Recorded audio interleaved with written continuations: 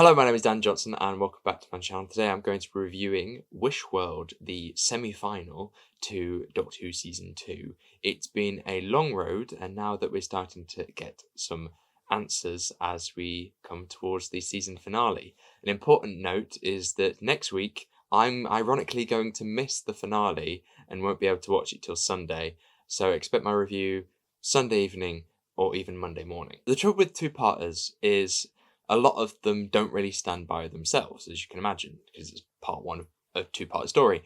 But there are stories that do sort of stand by themselves, and this is definitely one that requires part two.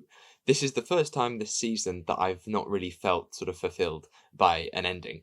And I should be talking about that later on. But before that, I want to say that it's a good job we didn't get a trailer for this episode initially, because if we did, I think that it really would have spoilt the main draw of this story, and it's learning about this reality and where they are and how everything doesn't quite make sense and what Conrad's sort of ideal picture of the world is, which I quite like. The idea of the wish world, as a concept, and the fact that if he doesn't concentrate hard enough, horrible things might happen with the weather in Africa or whatever that might be.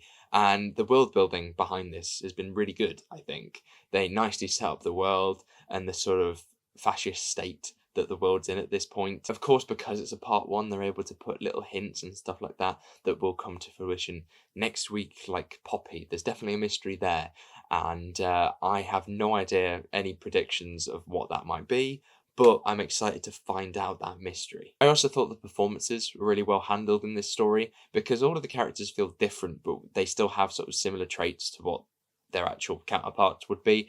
I think that there's a sinister happiness to a lot of it, which I quite like, where, they get up in the morning and everything feels off and they're acting over happy, like, smiling ear to ear and all this sort of stuff, and it made it quite sinister. I thought it was really nice to see Rogue again. I was not expecting that appearance, and we also got a little bit of Susan as well. I do wonder how he was able to send that message to the Doctor in the first place.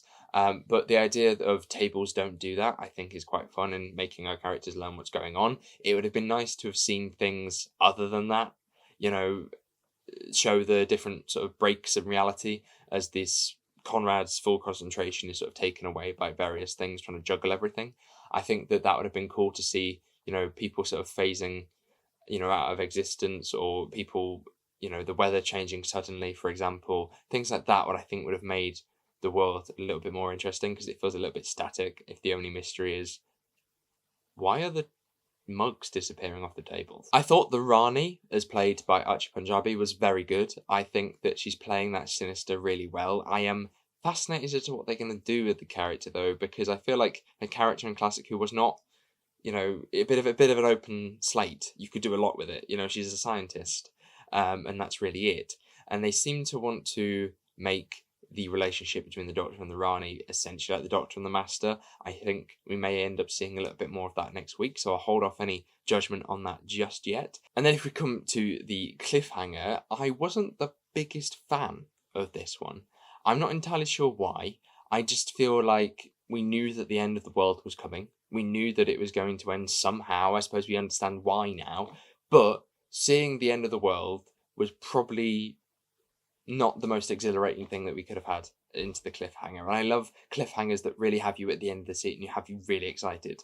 And with this one, I was like, okay, so the world's going to end. We knew that was going to happen. So, of course, we have a returning Time Lord. We have Omega, one that we've waited for many, many years. It's weird, actually, isn't it?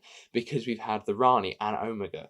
You waited for these villains for so long, and they're like buses, two come at once. I'm extremely excited to see what Omega looks like. I really would love to see a redesign, or a faithful redesign of that character, and that's really, really exciting. And obviously what that's going to involve, what they're going to look like. I'm imagining sort of like Galactus, this huge thing down in the Underverse. And that's kind of the general takeaway I have from this episode, is that, yeah, I'm excited. I would have liked a bigger cliffhanger with a little bit more going for it. Having the Doctor maybe realise slightly earlier, or become the Doctor again slightly earlier, and see that sort of panic in his voice and that dashing around, that bit of energy just to end the episode would have been nice. But then again, it's a two-part finale. everything kind of hinges on that second part. I'm a little bit worried that Russell's bitten off slightly more than he can chew here, because, like I say, these two big villains, they both deserve fleshing out in decent ways, and we've waited a long time for this, and I would like to see them both get their time. I know we have a 70-minute finale, so maybe we'll get there, but I feel like one of them is going to get sidetracked, or Mrs. Flood is going to get sidetracked, or Conrad is going to get left in the dirt somewhere, and I just want everything to be wrapped up nicely at the end, and that's sort of my concern going in.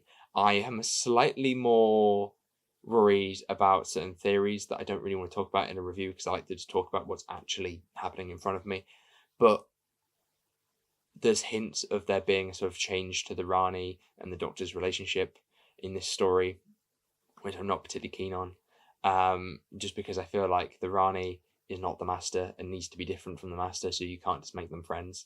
But we'll see about that next week.